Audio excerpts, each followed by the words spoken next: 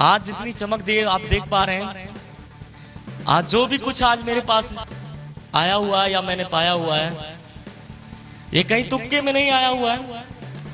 यहां से 4 साल पहले की एक घटना बोल सकते हैं या शुरुआत बोल सकते हैं कि मेरी जिंदगी की शुरुआत हुई थी 4 साल पहले इस बिजनेस के अंदर गोरखपुर से। और मेरे मामा जी के द्वारा ये बिजनेस प्लान मुझे मिला था। मैं बहुत ज्यादा अपने आप को सौभाग्यशाली मानता हूं कि आज ऐसी इंडस्ट्री में मुझे आने का मौका मिला। अगर शायद आज से 17 साल पहले वो 4-5 डायरेक्टर अगर एक सोच नहीं रखते, शायद इस इंडस्ट्री की नींव नहीं रखते, शायद सेफ शॉप इंडस्ट्री का अगर उद्घाटन ही नहीं होता, तो शायद मुझ जैसा बच्चा जो आज आप चमक देख पा रहे हैं, शायद मैं यहां तक नहीं पहुंच पाता। तो मैं चाहूंगा ऐसे सेफ शॉप इंडस्ट्री के लिए एक जबरदस्त तालियां होनी चाहिए। और आप लोग को आपके उज्जवल भविष्य की मैं शानदार कामना देते हुए मैं इस बात का आपसे वादा करता हूं कि अगर वाकई में आपकी सोच आज से पहले क्या थी मैं नहीं जानता हूं, लेकिन वाकई में अगर आपकी सोच डायमंड बनने की है, कंफर्म जीवन में कुछ करने की है, तो आज इस प्लेटफॉर्म में आप आ चुके हैं। सेफ शॉप इंडस्ट्री, ये सेफ शॉप इंडस्ट्री आज काफी है, क्योंकि मैंने बहुत सारे इंजीनियर्स को देखा है ये बोलते हुए कि मुझे डायमंड बनना है।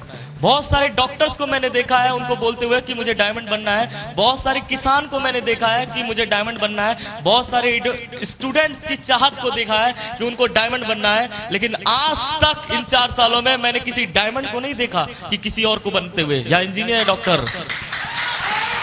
Thank you. तो बधाई हो वही इंडस्ट्री जो मुझे 4 साल पहले गोरखपुर में मेरे मामा जी के द्वारा मिला था। आज मैं तहे दिल से आपको बधाई देना चाहूंगा। आज वही सेम इंडस्ट्री, वही कंपनी, वही प्रोडक्ट, वही डायरेक्टर और वही भारत देश आपको भी मिला हुआ यहाँ पे डायमंड बन के दिखाने का। तो क्या आप लोग तैयार हैं? शुरुआत किया था तो उम्र कम, पिताजी का साया नहीं था, घर का मैं बड़ा लड़का था, पढ़ाई लिखाई उतनी खास हुई नहीं थी, कोई तजुर्बा कोई ज्ञान नहीं था, ना दुनियादारी के बारे में जान पहचान थी, ना इतना चमक नहीं था। तो मुझे याद है वो भी दिन की जब 4 साल पहले मेरे पास कुछ नहीं था, ना मान सम्मान, ना इज्जत, ना शोहरत, ना सूट, ना जूते पहनने की भी कुछ नहीं था मेरे पास। तो उस समय इस इंडस्ट्री में मेरे पास केवल इकलौता एक चीज था जिसकी वजह से आज ये सब आया है, और वो कोई और नहीं, मेरा senior upline Shri Deepak Kumar sir थे। मैं चाहूंगा सर के लिए एक जोरदार तालियां। और आप सभी लोग को बधाई देना चाहूंगा कि अगर ऐसी मेंटरशिप की गाइडलाइन में रहकर, अगर ऐसी सीनियर अपलाइन की उंगली पकड़कर ये 16 साल का बच्चा शुरुआत किया था, 16.5 साल की उम्र थी, ना पिताजी का साया था, कोई ना बैक सपोर्ट था, भारी कुछ नहीं था, ना दुनियादारी के बारे में जानकारी थी, लेकिन सर की बस उंगली पकड़कर इनकी गाइडलाइन में चलकर जो काम एक समय असंभव दिखता था, कभी दिखता नहीं था कि ये छोटा सा बच्चा कभी डायमंड बन पाएगा। लेकिन सर ने एक बात बहुत अच्छी बोली थी, जब बिजनेस में मैं आया था तो मुझे समझ में नहीं आ रहा था कि मैं डायमंड बन पाऊंगा कि नहीं बन पाऊंगा। ज्यादा पल्ला भारी रहता था ना की तरफ से, क्योंकि जिसको भी प्लान देता था हमेशा एक ही बात बोलता था, तू अभी बच्चा है, तूने अभी दुनिया नहीं देखा है, तुम्हें मालूम नहीं है कैसे इंडस्ट्री आती है चली जाती है, लोग बनते होंगे लेकिन तुम नहीं बन पाओगे। हमेशा बच्चा होने का मुझे आवाज दिलाते थे, और बच्चा था भी मैं, कुछ जानकारी नहीं थी। लेकिन सर ने एक बहुत अच्छी बात बोली थी। मैं सर के सामने गया और जाके मैंने ज्वाइन करने के बाद पूछा, सर देख लीजिए एक बार ऊपर से नीचे, मुझे काला पीला उस समय दिखता था, सफेद टी शर्ट था, मामा जी का गिफ्ट किया हुआ, उसी को पहन के हीरोजुम साइकिल थी मेरी पास जब इस कंपनी को शुरुआत किया था, और माँ का आशीर्वाद था और अंदर हौसला था कुछ करने का, क्योंकि कुछ करना था, क्योंकि भाई बहन को पढ़ाना था, 8 लाख का कर्जा था हटाना था, बहन की शादी की जिम्मेदारी थी, खुद की जिंदगी को संभालने की जिम्मेदारी थी, ये सब जिम्मेदारी मेरे कंधों पे थी। तो ये मैं लेके जी रहा था और यही सोच रहा था कि कोई अवसर भगवान दे, और बहुत ज्यादा तड़प था इस बात का कि बस कुछ करने को मिल जाए, करके हम साबित कर देंगे, ये अंदर तड़प चल रहा था। लेकिन दुर्भाग्यवश ऐसा कोई रास्ता आज से 4 साल पहले मुझे मिल नहीं रहा था। लेकिन मेरी नानी समझते हैं आप लोग, नानी जी, ये वाली टीम इंग्लैंड से आई है, वहां भी नानी होती होंगी भाई साहब, लेकिन जींस वाली होती होंगी, यही तो फर्क होगा। Thank you. नानी कभी भी आती थी हमारे घर पे, क्योंकि वही एक नानी नाना सहारा थे, मौसी मौसा और कोई अपना था नहीं। क्योंकि आपको मालूम है जब गरीबी दस्तक देती है तो अपने कहने वाले लोग भी किनारा कर लेते हैं। यस और नो? तो ऐसा कुछ कंडीशन चल रहा था, लेकिन नानी आई और एक बात बहुत अच्छी बोली उन्होंने। हमेशा दुख पड़ता था मेरे परिवार में, माँ कभी रोती थी, कभी तकलीफ में आते थे ज्यादा, तो हमेशा नानी एक बात बोला करती थी मेरे परिवार से कि बेटा घबराओ नहीं, ऊपर वाले घर देर है मगर अंधेर नहीं, एक दिन मौका ईश्वर जरूर देगा। और उसी बात को लेकर मैं चल रहा था, जी रहा था, और सौभाग्य से मामा जी से मुलाकात हुई। 4 साल पहले बिजनेस मिला, अपलाइन आया, और मैंने अपलाइन जब बिजनेस करना शुरुआत किया तो कहानी वहीं से शुरुआत होती है जहां से आपने आज शुरुआत करने का फैसला लिया है। यस और नो? क्योंकि सास भी कभी बहू थी, तो वहीं से मेरी भी कहानी शुरुआत हुई। प्लान देने की शुरुआत किया, लोग बच्चा बोले, पता नहीं क्या क्या नहीं बोले, लेकिन अपलाइन के पास जब मैं गया तो संभल गया। क्योंकि जब इस बिजनेस में एक ही चीज मुझे समझ में आई इन 4 सालों में, अपलाइन इज ऑलवेज राइट। अगर अपलाइन किसी का पास मजबूत है तो 100% पूरी दुनिया की ताकत एक तरफ, और अगर अपलाइन एक साथ खड़ा हुआ है ना तो पूरी दुनिया भी मिलकर आपको डायमंड बनने से रोक नहीं सकती, अगर अपलाइन आपके साथ खड़ा है। Thank you. और अपलाइन के पास मैं गया, जब लोग बोलते थे बच्चा है, नहीं होगा तुझसे, ना तजुर्बा, ना अनुभव, ना ज्ञान, ना कुछ नहीं था अपने पास, तो अपलाइन ने मुझसे एक ही चीज बोला था, सौरभ हो सकता है तुम अपने टैलेंट से डायमंड नहीं बनोगे, हो सकता है, नहीं बन सकते, हो सकता है कि आप पक्का नहीं बनोगे, लेकिन अगर एक बात समझ लो तो हो सकता है बन जाओ आप। तो मैंने बोला सर कौन सी बात? तो सर ने एक ही चीज बोला था कि सौरभ चौधरी, मान लो अगर कोई ट्रेन, आप लोग मान सकते हैं, अगर कोई ट्रेन पटना से अगर दिल्ली की तरफ जा रही है और स्लीपर S2 में जाके, S2 वाले बुगी में 13 नंबर बर्थ पे एक विकलांग का लड़का बैठ जाए, और उसके बगल में 13 में 14 में, S2 में 14 में ही नंबर पे एक बहुत तेज दौड़ने वाला धावक, बहुत स्पीड में दौड़ता है और बहुत सुंदर दिखता है और बहुत अच्छे परिवार का है, वो उसके बगल में जाके बैठ जाए। अब मैं आप सभी लोग से जानना चाहूंगा, अगर कोई ट्रेन यहाँ से निकल रही है पटना से दिल्ली की तरफ से, और S2 में 13 नंबर पे एक विकलांग बैठा है, 14 नंबर पे बहुत तेज दौड़ने वाला लड़का बैठा है, आप मुझे बताइएगा थोड़ा कि दोनों में से पहले दिल्ली कौन पहुंचेगा? ये वाले डाउट में आप लोग तो बहुत ज्यादा चालाक हैं। मैं कहा उस समय कि नहीं सर, वो वाला दौड़ने वाला पहुंचेगा, क्योंकि दौड़ा के बहुत तेज दौड़ सकता है, टैलेंट स्किल उसके अंदर है। तो उस समय मेरे गुरुजी ने समझाते हुए कहा था कि सौरभ, जिस तरह आप लोगों ने बोला दोनों पहुंचेंगे, उसी तरह मैंने भी समझदारी से जवाब दिया कि सर अगर ट्रेन दिल्ली 11 बजे पहुंचेगी तो दोनों टाइम पे वहां एक साथ पहुंचेंगे, अगर दिल्ली 6 बजे अगर ट्रेन पहुंचेगी तो 6 बजे दोनों एक साथ प्लेटफॉर्म पे उतरेंगे। तो सर ने मुझे समझाते हुए मुझसे बोला था, सौरभ चौधरी, इस बिजनेस में अगर आप आ गए हैं, ज्वाइनिंग ले लिया है, 8, 9, 10 हजार, 20 हजार, जिस भी पैकेज को लेकर आपने ज्वाइनिंग ले लिया है, लेने के बाद जिस भी धर्म, जिस भी गोत्र, जिस भी जाति से आप हैं, इस बात का कोई फर्क हमारी इंडस्ट्री को नहीं पड़ता। क्या पढ़े लिखे, कम पढ़े लिखे, इस बात से कुछ नहीं फर्क पड़ता। छोटे हैं, बड़े हैं, मोटे, काले हैं, पीले हैं, जैसे भी हैं आप, किसी बात का फर्क नहीं पड़ता है। लेकिन अगर आपको जीवन में कुछ करना है तो इस बात से इंडस्ट्री में बहुत फर्क पड़ता है। और अगर आप टिके रहेंगे और सिस्टम में ज्वाइनिंग आके, इसमें ज्वाइनिंग लेने के बाद टिकट कटाकर चुपचाप से सिस्टम में आके बैठ जाएंगे, जिस तरीके से वो ट्रेन जा रहा है अपनी मंजिल में, अगर आप भी चुपचाप से टिकट कटा के बैठ लेंगे तो ऑटोमेटिक आप भी ट्रेन के साथ पहुंच ही जाएंगे। यस और नो? Thank you. और मैंने भी कसम खा लिया कि सर जो बोलोगे, माँ की बात एक समय के लिए कट सकती थी, लेकिन अपलाइन की बात नहीं करती, क्योंकि उस माँ को भी खुशियां देना था कहीं ना कहीं से लाके। तो मैं सोचा इनके पास खुशियां हैं, इन्हीं से चुरा के मैं ले जाऊंगा खुशियां को। और मैंने अपलाइन की बात मानी, जैसा जैसा अपलाइन बताया वैसा वैसा मैंने करने की शुरुआत किया। शुरुआत में लोग जुड़ते नहीं थे, प्लान दिखाते तो प्रॉब्लम आती थी, मैं प्लान दिखाने जाता नहीं था, डर लगता था। तो सर ने बैठा के एक दिन प्लान दिखाना सिखाया और फिर बोला, फिर भी मैं डरता था, प्लान दिखाने नहीं जाता था, लेकिन सर ने एक बात बोली, उस दिन से मैंने प्लान लेके बेड़ा शुरुआत किया। सर ने बोला कि अगर आप प्लान नहीं दिखाते इस बिजनेस में तो ये बिजनेस आपका नहीं है, ये बिजनेस अपलाइन का है। आप अपलाइन के लिए बिजनेस कर रहे हैं, जिस दिन से आप प्लान दिखाना शुरू करेंगे उस दिन से आपका ये बिजनेस होगा। मैंने बोला सर डर लगता है। तो सर ने एक ही बात बोला था, अगर आपको तैराक बनना हो, अगर आपको तैराक बनना हो तो नदी के किनारे खड़े होकर चिल्लाने से कि मैं तैराक बनूंगा, मैं तैराक बनूंगा, मैं तैराक बनूंगा, तो कभी तैराक बनने वाले नहीं है। आपको तो एक बार रिस्क लेकर नदी में पैर डालना ही पड़ेगा। और जिस दिन से आप नदी में पैर, थोड़ा रिस्क जरूर है, लेकिन जब तक आप ये रिस्क लेंगे नहीं तब तक आपको तैरना प्लान दिखाने से हो सकता पहली प्लान में जुड़े या ना जुड़े, लेकिन आप जब उतरेंगे तो धीरे धीरे सीखेंगे। और एक दिन सीखते सीखते, कहते हैं जो बच्चा साइकिल से गिर रहा है, चलाना नहीं जानता, अगर सिखा दिया जाए उसी बच्चे को तो बड़ा होकर एरोप्लेन भी उड़ा लेता है। यस और नो? तो वैसे ही सीखने की ताकत थी, सर ने सिखाया।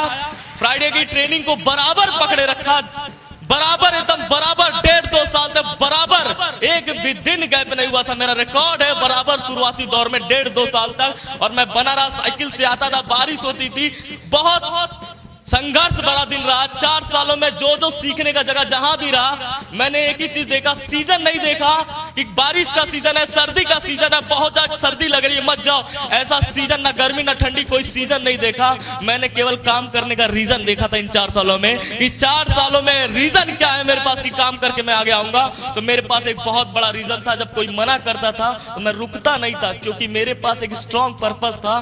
क्योंकि जब मैं कोई मना करता था, मैं थक जाता था, रुक जाता था। घर में जब जाता था तो उसी मम्मी और बहन और भाई को जब देखता था तो बहुत दर्द होता था कि अगर डायमंड नहीं बनाना तो हो सकता है ऐसे घुट घुट के मर जाए मेरा परिवार मेरे साथ।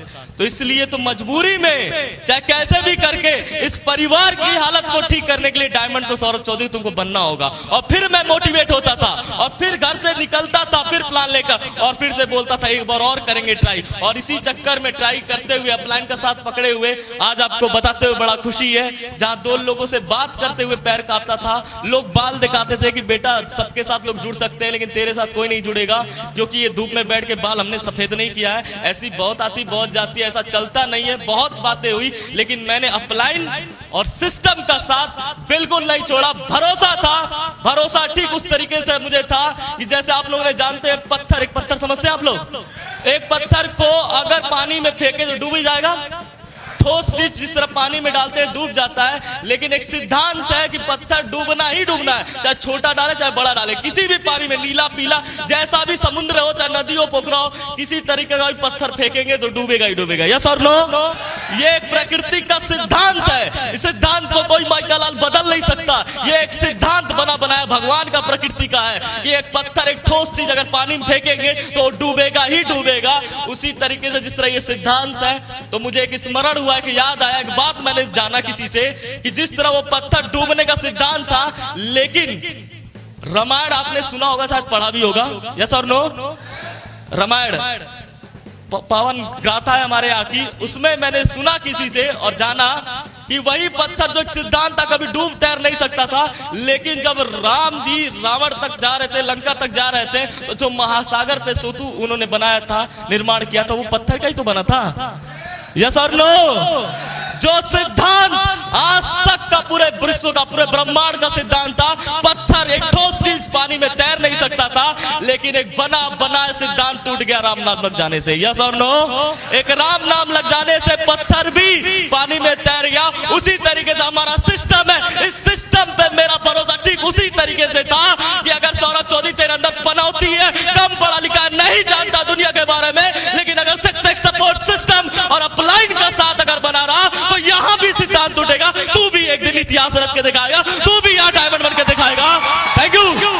और यही बात बस बनाए रखा, अपलाइन में भरोसा रखा, माँ की बात, पूरा परिवार था, सबका आशीर्वाद बना रखा और अपलाइन साथ देता चला गया। जहां 2 लोग को जोड़ने की बात आती थी, अभी आप बैठ के सोच रहे हैं लोग आपके साथ 10,000 जुड़ेंगे कि नहीं जुड़ेंगे। आज आपके बीच में प्रमाण के रूप में खड़ा हूं, 20.5 साल की उम्र में 14,000 से ज्यादा लोग जुड़ चुके हैं पूरे हिंदुस्तान में। Thank you. जहां पैसे की बात थी, पैसा नहीं था, घर में खाने की दिक्कत होते थे, बिजली का बिल आता था, मम्मी बगल से उधार मांग के लाती थी। सिस्टम में देखा था लोग पैसा यहां से कमा रहे हैं, इतना ज्यादा पैसा कमा रहे हैं कि भर पेट, जिस तरह खाना खाना बोलते हैं ना, भर पेट यहाँ पे पैसा भी मिल रहा था, भर पेट, एकदम आदमी का दिल संतुष्ट हो जाता। मैं सामने देखता था लोगों को पैसा कमाते हुए, एक हफ्ते का 1 लाख रुपया, तो मुझे भी लगता था यार 1 लाख नहीं आएगा, लेकिन 10 हजार भी आ जाएगा ना तो इस बच्चे के लिए बहुत होगा। शुरुआत किया था पैसे के लिए और काम करना शुरुआत किया। सबसे बड़ा प्रॉब्लम था, सबसे बड़ा मेरा सपना था मेरे घर को छुड़ाना। जो पिताजी छोड़ के गए थे, 8 लाख का कर्ज था मेरे पर, लोन था उस मकान का, अपना मकान भी नहीं था। तो पहला टारगेट ये लगाया था कि इस मकान को छुड़ाऊंगा। और आज सिस्टम और अपलाइन के आशीर्वाद की वजह से और इस कंपनी की वजह से आज जिस सौरभ चौधरी की 20.5 साल है, जो अपना मकान बचाने की औकात नहीं थी, वो लोन छुड़ाने की सरकार से औकात औकात नहीं थी। आज इसी बिजनेस और इसी कंपनी और सिस्टम की अपलाइन की वजह से आज अपनी मम्मी को 30 लाख की प्रॉपर्टी रजिस्ट्री करके गिफ्ट में दे चुका हूं, इसी बिजनेस की वजह से। Thank you. एक समय था बिजनेस को साइकिल से शुरुआत किया था। एक समय मैंने सर को फोन किया, दीपक सर हमारे गुरुजी आए थे गोरखपुर में, उस समय रहते थे, काम कर। एक समय था कहीं फॉलोअप करने मुझे ले जाना था। फॉलोअप करने के लिए मैं प्लान दिया था, कहीं एक जगह था हमीनपुर एक गांव है, वहां सर को फॉलोअप करने के लिए मुझे ले जाना था। और मैंने सर को कॉल किया, सर चलना है वहां पे। तो सर बोले, सर भी आगरा के रहने वाले और पहली गोरखपुर आए थे। तो फिर सर बोले कैसे चलेंगे? फिर मैं बोला मेरे पास सर साइकिल है, साइकिल पे चलेंगे। फिर सर भी बोले मतलब ऐसे कैसे चलेंगे, अपलाइन को एडिफाई करके ले जाएंगे अपलाइन को तुमने। फिर मैंने एडिफाई भी किया था बम पर, क्योंकि वो प्रधान था अमीनपुर गांव का। तो मैंने उसको बोला था कि अभी हमारे बीच में कैसे सर आएंगे आपसे मिलने, जो एकदम अमीर है और पैसा कमा रहे, कंपनी में धुआंधार सक्सेसफुल है। और उनको साइकिल पर, दूसरी तरफ मैं ही सोच रहा था साइकिल पर बैठा के ले जाऊंगा तो मेरी बात झूठी हो जाएगी। फिर सोचा कैसे जाएंगे, फिर सोचा सर टेम्पू चले, टेम्पू से। फिर बोला टेम्पू अंदर तक जाएगी नहीं गांव तक, फिर पैदल जाना पड़ेगा 4 किलोमीटर। बहुत मुश्किल से, जब कुछ निष्कर्ष नहीं निकला तो बहुत मुश्किल से सर एडजस्ट करके एक hero Honda passion pro sir के पास, एक सर के पास एक गाड़ी थी। उस समय सर बहुत मैनेज करके रिक्वेस्ट करके लेके आए थे। बड़ा दुख हुआ था कि मेरे ही शहर में आके मेरी औकात नहीं है कि सर को मैं घुमा पाऊं। लेकिन आज आपको बताते हुए बड़ा खुशी है, सर का आशीर्वाद है और अपनी लगन मेहनत बराबर बनी रही है 4 सालों में। आज काम करने की वजह से एक समय सर को उसने बहुत तकलीफ, अंदर दर्द हुआ था ले जाते वक्त कि दूसरों से गाड़ी मांग के लाना पड़ रहा है, मेरी औकात नहीं अपने गोरखपुर में शहर में घुमा पाऊं। लेकिन आज इस कंपनी में भरोसा करने की वजह से, अपलाइन का हाथ पकड़े हुए रहने की वजह से आज बताते हुए बड़ा खुशी है कि पूरा गोरखपुर से लेकर यहां पटना तक अपने कार 4 व्हीलर 16 लाख की होंडा सिटी टॉप मॉडल में लेकर आया हूं फॉलोअप कराने। Thank you. आज इसी बिजनेस की वजह से, जहां पे छुट्टियों का दिन आता था तो मैं और मेरी मम्मी नानी के यहाँ घूमने जाते थे। ऐसा होता है आम घरों में कि जब छुट्टियों का दिन आता बच्चों का तो नानी के घर घूमने जाते हैं, बुआ के घर। वहीं तक अपना दुनिया रहता था, अपना घर नानी का घर, वहीं तक दुनिया था। लेकिन आज थैंक गॉड, आज थैंक सिस्टम, आज इसकी वजह से नानी का घर केवल दुनिया ही नहीं रह गया। आज इसी बिजनेस की वजह से आज देश में, पूरे इंडिया में ज्यादातर शहरों में घूम ही चुका हूं और आज अपने देश में तो पूरा कर ही लिया हूं। लेकिन आज सर लोग के आशीर्वाद और सिस्टम और कंपनी की वजह से, जहां नानी तक मेरी दुनिया सीमित थी केवल, लेकिन आज इसी बिजनेस की वजह से कई देश, हांगकांग, मकाऊ, चाइना, विदेश यात्रा करने का भी मौका मिला इसी सेफ्स ऑफ इंडस्ट्री की वजह से। Thank you. आज जो भी कुछ हूं, जो भी चमक या जो भी मेरे परिवार में खुशियां रहे, आज भाई पढ़ नहीं रहा था, स्कूल से निकाला गया था पैसे के चक्कर में। मुझे 9th क्लास से स्कूल से बाहर किया गया था पैसे के चक्कर में।